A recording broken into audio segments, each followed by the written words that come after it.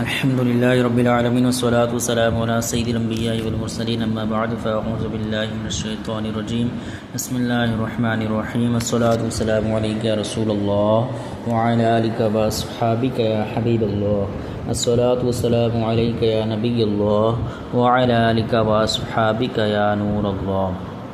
پیارے آقا مدینے والے مصطفیٰ صلی اللہ تعالیٰ علیہ وآلہ وسلم نے ارشاد فرمایا صلو علیہ صلی اللہ علیکم، یعنی تم مجھ پر درود پاک پڑھو، اللہ تعالیٰ تم پر رحمت بھیجے گا. صلو علی الحبیب صلی اللہ تعالیٰ علی محمد صلی اللہ تعالیٰ علیہ وآلہ وسلم. بسم اللہ الرحمن الرحیم. یا ایہا الرسول بلغ ما انزل الیک من ربک وان لم تفعل فما بلغت رسالته واللہ یعصمک من الناس ان اللہ لا یہدی القوم الکافرین. ترجمہ کنز العرفان. اے رسول، جو کچھ آپ کی طرف آپ کے رب کی جانب سے نازل کیا گیا اس کی تبلیغ فرما دیں، اور اگر آپ نے ایسا نہ کیا تو آپ نے اس کا کوئی پیغام بھی نہ پہنچایا، اور اللہ لوگوں سے آپ کی حفاظت فرمائے گا، بے شک اللہ کافروں کو ہدایت نہیں دیتا. یا ایھا الرسول، اے رسول. اللہ تعالیٰ نے اپنے حبیب صلی اللہ تعالیٰ علیہ وآلہ وسلم کو رسول کے لقب سے خطاب فرمایا. یہ سرکار دو عالم صلی اللہ علیہ وسلم کی خصوصیت ہے، ورنہ دیگر انبیاء اکرام علیہم الصلوۃ والسلام کو ان کے اسماء مبارکہ سے خطاب فرمایا گیا ہے. تاجدار رسالت صلی اللہ تعالیٰ علیہ وسلم کو فرمایا گیا کہ آپ اللہ تعالیٰ کے پیغامات لوگوں تک پہنچائیں اور کسی قسم کا کوئی اندیشہ نہ فرمائیں. اللہ تعالیٰ ان کفار سے آپ کی حفاظت فرمائے گا جو آپ کے قتل کا ارادہ رکھتے ہیں. اس خطرے کی وجہ سے دوران سفر رات کے وقت سرکار دو عالم صلی اللہ تعالیٰ علیہ وآلہ وسلم کی حفاظت کے لیے پہرا دیا جاتا تھا. جب یہ آیت مبارکہ نازل ہوئی تو پہرا ہٹا دیا گیا، اور حضور پرنور صلی اللہ علیہ وسلم نے پہرے داروں سے فرمایا کہ تم لوگ چلے جاؤ، اللہ تعالیٰ نے میری حفاظت کا فرما دیا ہے. حضور پرنور صلی اللہ علیہ وسلم کی حفاظت کے لیے پہرا دینے کا شرف جنہیں سب سے پہلے حاصل ہوا وہ حضرت سعد بن ابی وقاص رضی اللہ تعالیٰ عنہ تھے. چنانچہ حضرت عائشہ صدیقہ رضی اللہ تعالی عنہ فرماتی ہیں رسول اللہ صلی اللہ تعالی علیہ وآلہ وسلم مدینہ آتے وقت ایک رات بے خواب رہے، پھر فرمایا کاش کوئی نیک شخص ہماری حفاظت کرتا. اچانک ہم نے ہتھیاروں کی آواز سنی تو ارشاد فرمایا یہ کون ہے؟ انہوں نے عرض کی میں سعد ہوں.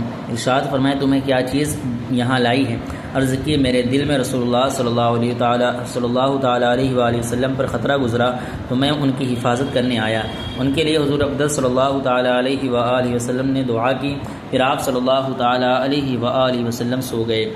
قل یا اہل الکتاب لستم علی شیء حتی تقیموا التوراۃ والانجیل وما انزل الیکم من ربکم وليزیدن کثیر منهم ما انزل الیک من ربک طغیانا وکفرا فلا تعس علی القوم الکافرین. ترجمہ کنز العرفان. تم فرما دو اے کتابیوں، جب تک تم تورات اور انجیل اور جو کچھ تمہاری طرف تمہارے رب کی جانب سے نازل کیا گیا ہے اسے قائم نہیں کر لیتے تم کسی شے پر نہیں ہو.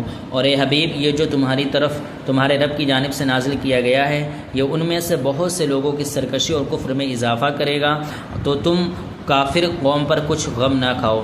قل یا اہل الکتاب، تم فرما دو اے کتابیوں. اہل کتاب سے فرمایا گیا کہ جب تک تم نبی اکرم صلی اللہ تعالیٰ علیہ وآلہ وسلم پر ایمان نہیں لے آتے تب تک تم کسی دین و ملت پر نہیں ہو، کیونکہ اگر حقیقی طور پر تم تورات و انجیل پر عمل کرو تو تاجدار رسالت صلی اللہ تعالیٰ علیہ وآلہ وسلم پر بھی ایمان لے آؤ، کیونکہ آپ صلی اللہ تعالیٰ علیہ وآلہ وسلم پر ایمان لانے کا حکم تورات و انجیل میں موجود ہے.